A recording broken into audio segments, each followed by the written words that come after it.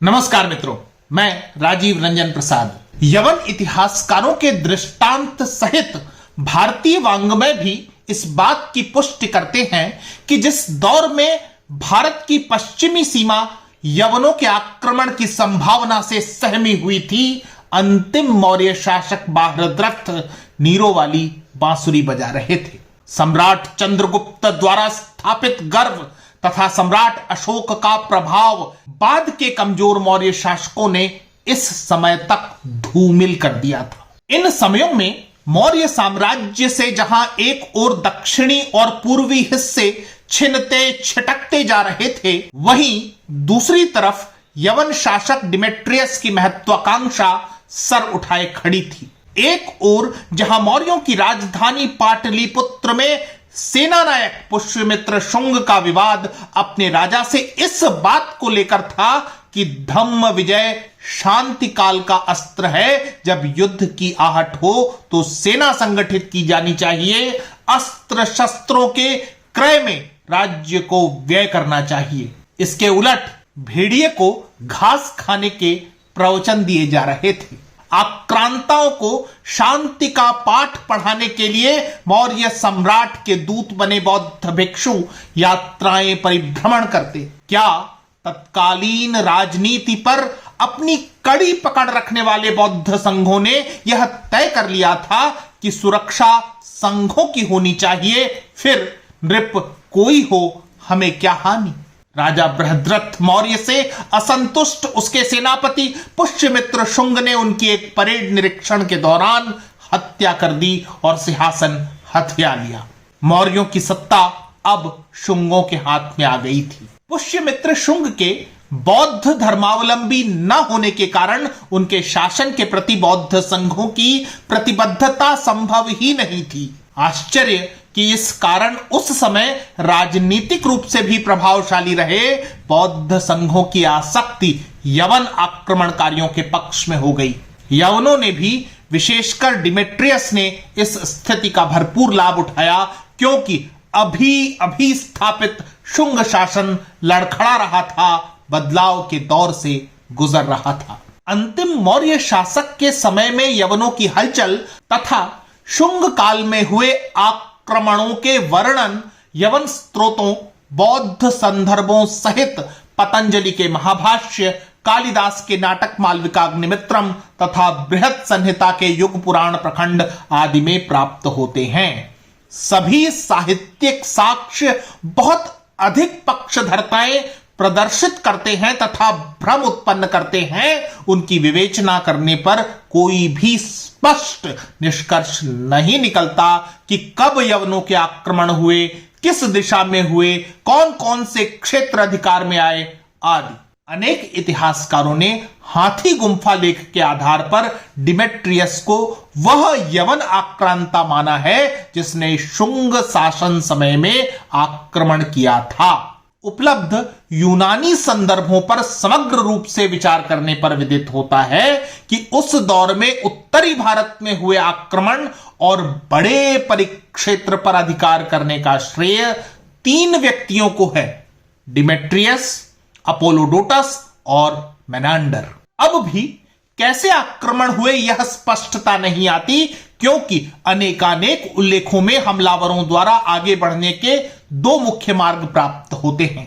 यही प्रतीत होता है कि भारतीय भूभाग पर एक ओर से मेनांडर ने आक्रमण किया, जबकि दूसरी ओर से अपोलोडोटस ने। डिमेट्रियस इन दोनों छोरों से होने वाले आक्रमणों का योजनाकार और सूत्रधार भी था। इस निष्कर्ष पर पहुंचने से अनेक भ्रम और तिथियों की जटिलताएं बहुत हद तक सुलझ जाती हैं। डिमेट्रियस को भारतवर्ष के पश्चिमी मुख्य द्वार को पार कर भारत आक्रमण करने वाला चौथा विदेशी कहा जा सकता है। उसके पहले दारा प्रथम, सिकंदर तथा सेल्यूकस आक्रांता हुए, लेकिन उन्हें मुंह की खानी पड़ी थी। अशोक युग से पहले का भारत युद्ध को निस्सार नहीं मानता था तथा धार्मिक विचारधाराओं का राजनीति पर वैसा प्रभुत्व नहीं था जैसा कि अशोक और उसके पश्चात के भारत में हुआ। यही कारण है कि मौर्योत्तर युग में यवन अधिक सफल ही नहीं हुए, अपितु उत्तर भारत के बड़े विस्तार तक अपने शासन की सीमा निर्धारित करने में भी उन्हें कठिनाई नहीं हुई। डिमेट्रियस के युद्ध अभियान की प्रमुख विशेषता थी वह रणनीति, जिसे सोचने में पूर्ववर्ती आक्रांता असफल रहे थे। उसे ज्ञात था कि मौर्य साम्राज्य की दृढ़ता 3 नगरों पर टिकी हुई है। पहला है केंद्रीय राजधानी पाटलिपुत्र, दूसरा पश्चिमोत्तर भारत का प्रमुख नगर तथा शासन केंद्र तक्षशिला, और तीसरा पश्चिमी भारत का शासन केंद्र उज्जैनी। संज्ञान में लें कि लंबे समय से उज्जैनी तथा तक्षशिला के शासक राज परिवार के प्रमुख व्यक्ति अथवा युवराज ही हुआ करते थे। इस दृष्टिकोण से केंद्रीय शक्ति को पंगु बनाने के लिए यवनों की योजना थी कि पहले तक्षशिला और उज्जैनी पर आक्रमण कर उन पर अधिकार कर लिया जाए। इससे शक्तिशाली होकर केंद्रीय राजधानी पाटलिपुत्र पर भी अधिकार किया जा सकता है। स्वाभाविक है कि यह योजना कठिन थी, जिसे डिमेट्रियस अकेला पूर्ण करने में असमर्थ था, परंतु उसका सौभाग्य था कि उसकी सहायता के लिए अपोलोडोटस और मेनांडर जैसे नायक तैयार थे। कब हुआ था आक्रमण? इसका समाधान इतिहासकार टॉर्न की पुस्तक the Greeks in Bactria and India से होता है, जिसके अनुसार पूर्वी ईरान में अस्थिरता के कारण तथा मैग्नेशिया युद्ध में संलिप्त रहने के दृष्टिगत किसी भी स्थिति में वर्ष 183 अथवा 182 ईसा पूर्व से पहले डिमेट्रियस भारत पर आक्रमण की सोच भी नहीं सकता था। इससे कुछ ही समय पहले अर्थात वर्ष 184 ईसा पूर्व में पुष्यमित्र शुंग मगध सिंहासन पर बैठे थे।